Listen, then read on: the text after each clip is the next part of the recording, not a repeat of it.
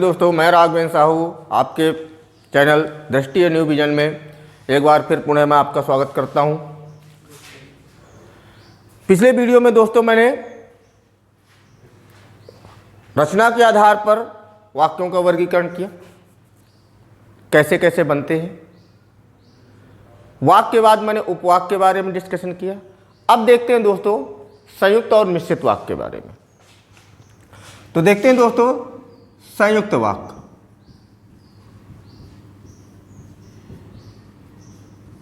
ठीक, हमने बताया संयुक्त वाक्य आपका एक मुख्य उपवाक्य प्लस एक समान पदी उपवाक्य से मिलकर बनता है। अब दोस्तों समान पदी उपवाक्य जो है बनता है किससे? समान पदी योजक शब्दों से। तो अब देखते हैं समान पदी योजक शब्द होते कौन कौन से, कितने प्रकार के होते हैं, और जितने भी समान पदी योजक शब्द होंगे अर्थात कोऑर्डिनेट क्या कंजंक्शन होंगे वो सभी आपके संयुक्त वाक्य के अंतर्गत आते हैं। तो देखते हैं जरा समान पदी योजक शब्द,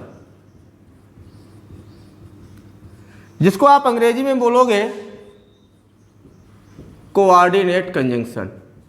क्या बोलते हो दोस्तों? Coordinate conjunction. ठीक, ये होते कितने प्रकार के हैं देखते हैं दोस्तों। ये मुख्य रूप से 4 प्रकार के होते हैं। कितने प्रकार के होते हैं दोस्तों? 4 प्रकार के। पहला है जोड़ बताने वाले योजक शब्द। दूसरा है चयन सूचक, या इसी को दोस्तों कहते हैं विकल्प सूचक, चयन सूचक योजक शब्द, और दूसरा दोस्तों विकल्प सूचक योजक शब्द। तीसरा होता है विरोध सूचक। क्या होता है दोस्तों? विरोध सूचक योजक शब्द। और चौथा होता है परिणाम सूचक। क्या होता है दोस्तों? परिणाम सूचक योजक शब्द। ठीक है, तो ये मुख्य रूप से कितने प्रकार के हो गए दोस्तों? 4 प्रकार के। ठीक है, इसको और डिटेल से देखेंगे। इसको अंग्रेजी में बोलोगे कुमुलेटिव कंजंक्शन। क्या बोलते हैं दोस्तों? Cumulative conjunction. इसको दोस्तों बोलते हो अल्टरनेटिव कंजंक्शन। इसको बोलते हो आप एडवर्सेटिव, और इसको दोस्तों बोलते हो इलेटिव। ठीक है, तो इस प्रकार से ये 4 प्रकार के समान पदी योजक शब्द आएंगे। अब ये देखते हैं दोस्तों इनके अंतर्गत कौन कौन से योजक शब्द आते हैं। तो देखते हैं जरा, जैसे मैंने आपसे कहा और, दोनों डैश डैश, और केवल नहीं डैश डैश बल्कि भी।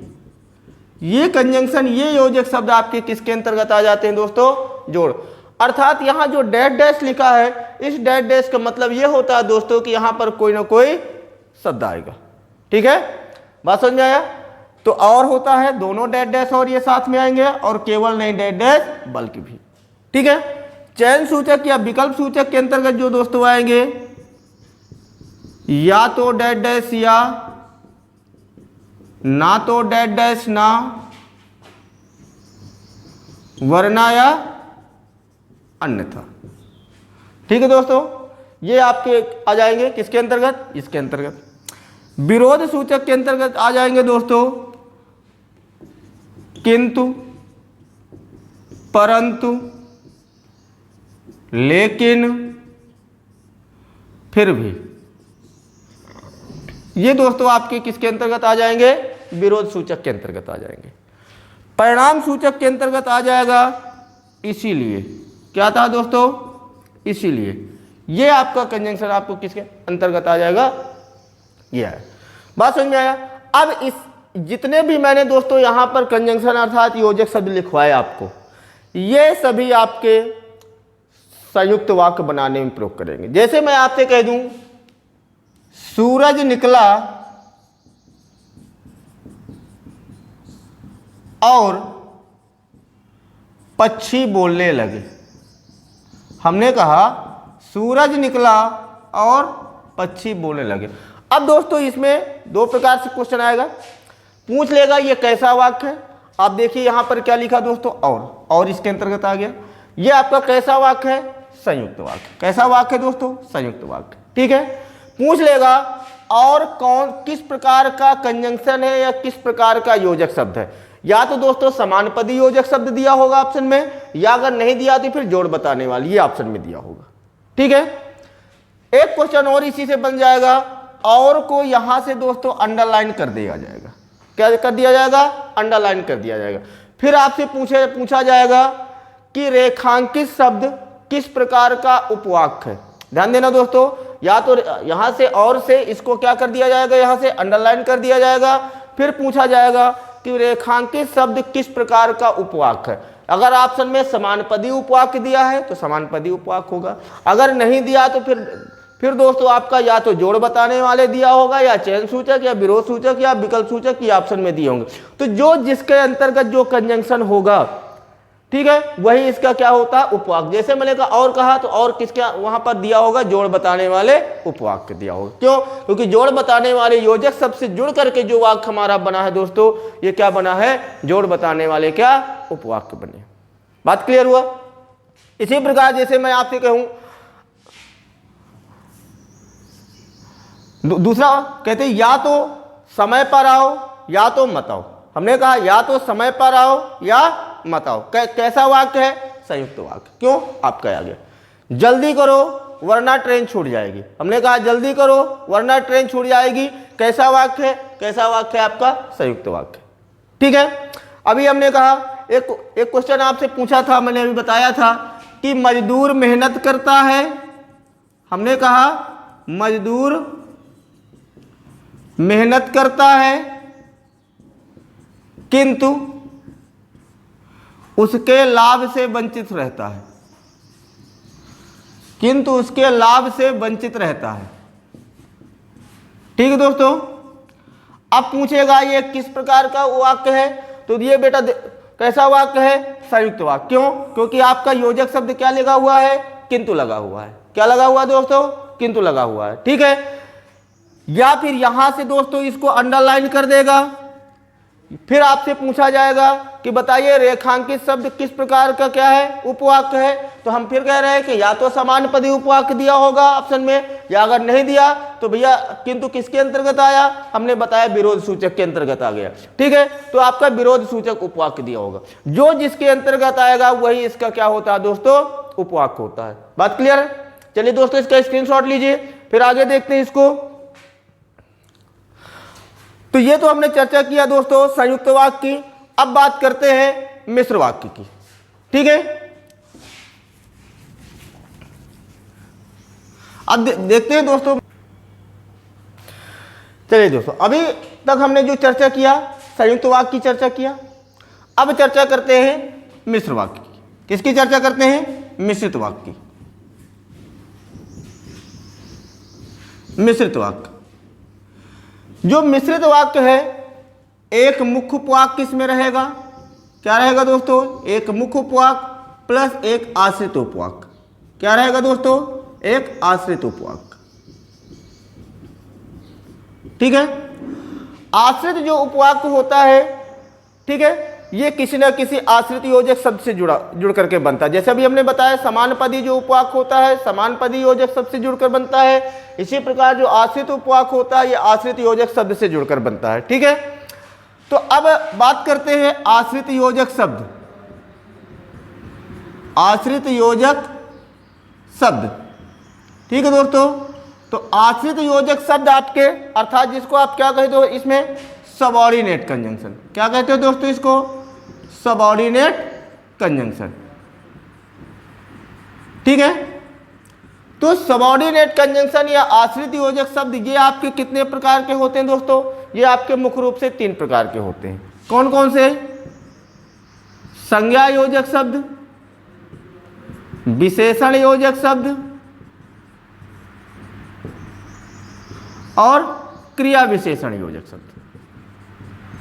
ठीक है, क्या कहते हैं इसको, क्रिया विशेषण योजक शब्द। इसको आप कहते हो नाउन नाउन क्लॉज या नाउन कंजंक्शन आप कह सकते हैं इसी को। इसको एडजेक्टिव कंजंक्शन, इसको दोस्तों एडवर्ब कंजंक्शन।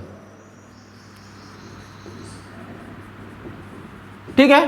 अब इनके अंतर्गत कौन कौन से आते हैं? संज्ञा योजक शब्द के अंतर्गत दोस्तों क्या आ जाएगा? की। या कहीं कहीं ऐसा होता है कि जो भी की है या उसके साथ कभी प्रश्नवाचक शब्द जुड़ के आ जाए। जैसे मैंने कहा की क्या, की कहाँ, की कैसे, इस प्रकार यदि की जुड़ कर आए। लेकिन ये ज़्यादा करके दोस्तों ये बहुत कम पूछा जाता है, ज़्यादा करके आपका ये आता है। तो ध्यान देना, आपका की किसके अंतर्गत आ जाएगा? संज्ञा योजक शब्द के अंतर्गत आएगा। ठीक है। विशेषण योजक शब्द के अंतर्गत जो आएगा, जो, जिसका, जिसकी, जिसके, जिससे, जिसने, इस प्रकार से जितने भी योजक शब्द होंगे दोस्तों ये आपके किसके अंतर्गत आ जाएंगे? विशेषण योजक शब्द के अंतर्गत आएंगे। अब इसके अंतर्गत जो आ जाएगा क्योंकि, जबकि, ज्यों ही, यदि, यद्यपि, डैश डैश, फिर भी। ठीक है दोस्तों। इतना, डैश डैश, उतना, कहीं ऐसा ना हो, इस प्रकार से और भी इसके अंतर्गत योजक शब्द आते हैं दोस्तों। ठीक है। तो ये जो है आपके क्या जाएंगे?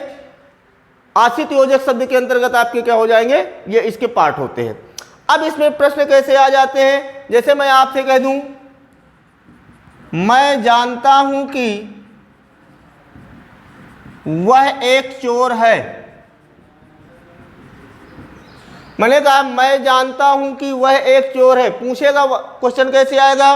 पूछ लेगा इसमें कि बताइए ये कैसा वाक्य है? ये है दोस्तों आपका मिश्रित वाक्य। क्यों?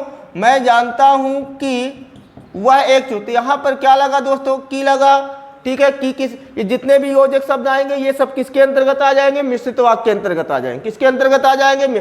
तो की आपका मिश्रित वाक्य, अर्थात मिश्रित वाक्य में आपका समानपदी योजक आश्रित योजक शब्द है, तो की आपका मिश्रित वाक्य हो गया। पूछ लेगा कि किस प्रकार का योजक शब्द है? कि किस प्रकार का योजक शब्द है? या तो आश्रित योजक शब्द दिया होगा, अगर आश्रित नहीं दिया तो फिर संज्ञा योजक शब्द दिया होगा। ठीक है दोस्तों। यदि की से यहां से आपको अंडरलाइन करके दे दे, ठीक है, और फिर आपसे पूछेगा कि बताइए रेखांकित शब्द किस प्रकार का उपवाक्य है, तो या तो आश्रित उपवाक्य दिया होगा दोस्तों, या फिर संज्ञा उपवाक्य, विशेषण उपवाक्य या क्रिया विशेषण उपवाक्य ऐसे दे देगा। जैसे दूसरा उदाहरण समझिए जरा। यह क्वेश्चन कई बार आया, उस चित्र को उठाओ, उस चित्र को उठाओ जो हुसैन ने बनाया था, जो हुसैन ने बनाया था। ठीक है।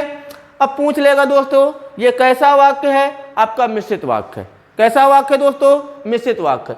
जो किस प्रकार का योजक शब्द है? जो आपका या तो आश्रित योजक शब्द दिया होगा दोस्तों या संज्ञा योजक शब्द दिया होगा। ऐसा दोनों नहीं दिया होगा कि आपका आश्रित भी दिया हो संज्ञा भी दिया होगा, या तो फिर ऑप्शन में इसके ये पार्ट दिए होंगे या तो केवल ये दिया होगा।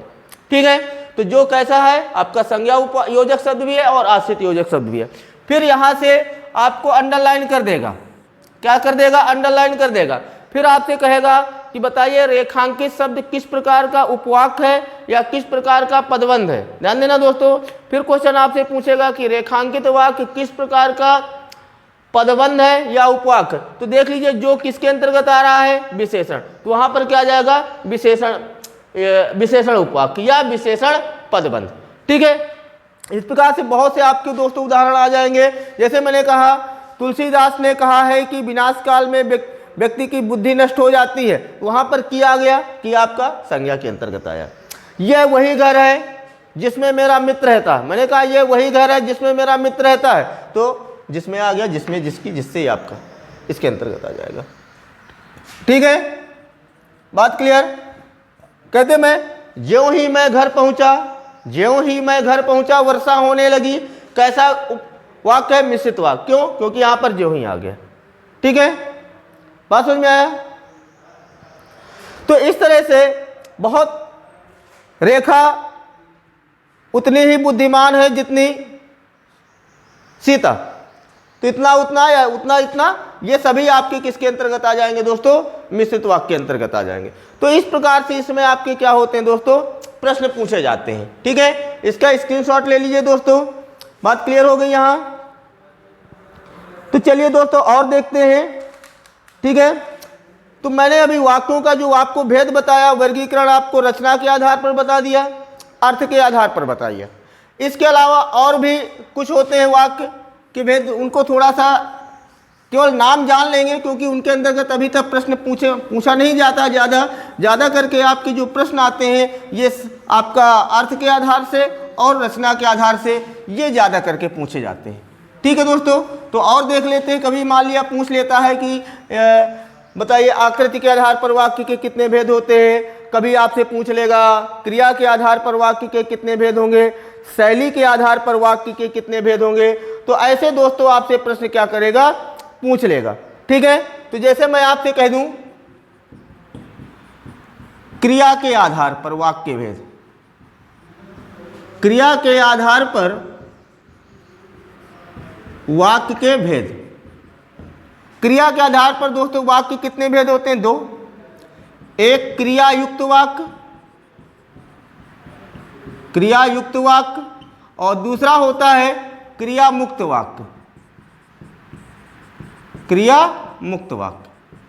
तो क्रिया के आधार पर वाक्य कितने भेद हो गए दोस्तों? 2 प्रकार के। इसके दोस्तों 3 भेद हो जाते हैं। एक होता है कर्तवाच्य, एक होता है कर्मवाच्य, और तीसरा होता है भाववाच्य। और क्रिया मुक्त कोई वाक्य इसके भेद नहीं होते। कर्तवाच्य में कर्ता की प्रधानता, यह सकर्मक और अकर्मक दोनों क्रियाओं में बनता है दोस्तों। कर्मवाच्य केवल सकर्मक क्रिया में बनता है, और भाववाच्य केवल अकर्मक क्रिया में बनता है। तो केवल इतना याद रखिएगा। ठीक है, दूसरा और पूछ लेगा आपको शैली के आधार पर वाक्य भेद। किसके आधार पर? शैली के आधार पर, शैली के आधार पर वाक्य भेद। तो शैली के आधार पर दोस्तों वाक्य के भेद आपके 3 होते हैं। ठीक है, पहला होता है शिथिल वाक्य। क्या होता है दोस्तों? पहला होता है दोस्तों शिथिल वाक्य। दूसरा होता है समीकृत वाक्य। दूसरा क्या होता है दोस्तों? समीकृत वाक्य। और तीसरा होता है आवर्तक वाक्य। क्या होता है दोस्तों? आवर्तक वाक्य। केवल यहां पर दोस्तों इनका नाम पर ध्यान दीजिए। मान लीजिए कभी पूछ ले कि बताइए शैली के आधार पर वाक्य के कितने भेद होते हैं, तो शैली के आधार पर दोस्तों वाक्य के कितने भेद हो गए? 3 प्रकार के हो गए। इसके बाद अब दोस्तों देख लेते हैं आकृति के आधार पर। किसके आधार पर दोस्तों? आकृति के आधार पर।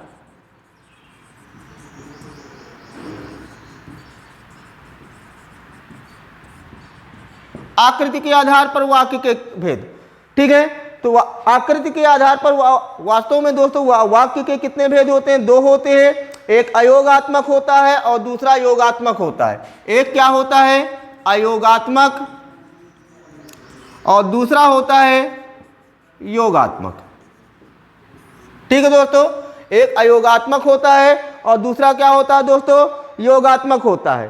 ठीक है, योगात्मक के दोस्तों 3 भेद होते हैं। श्लिष्ट योगात्मक, अश्लिष्ट और प्रश्लिष्ट। इसके दोस्तों 3 पार्ट होते हैं। श्लिष्ट,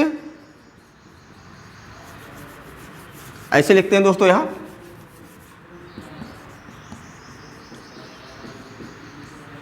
इसके कितने पार्ट होते हैं दोस्तों? 3। एक श्लिष्ट,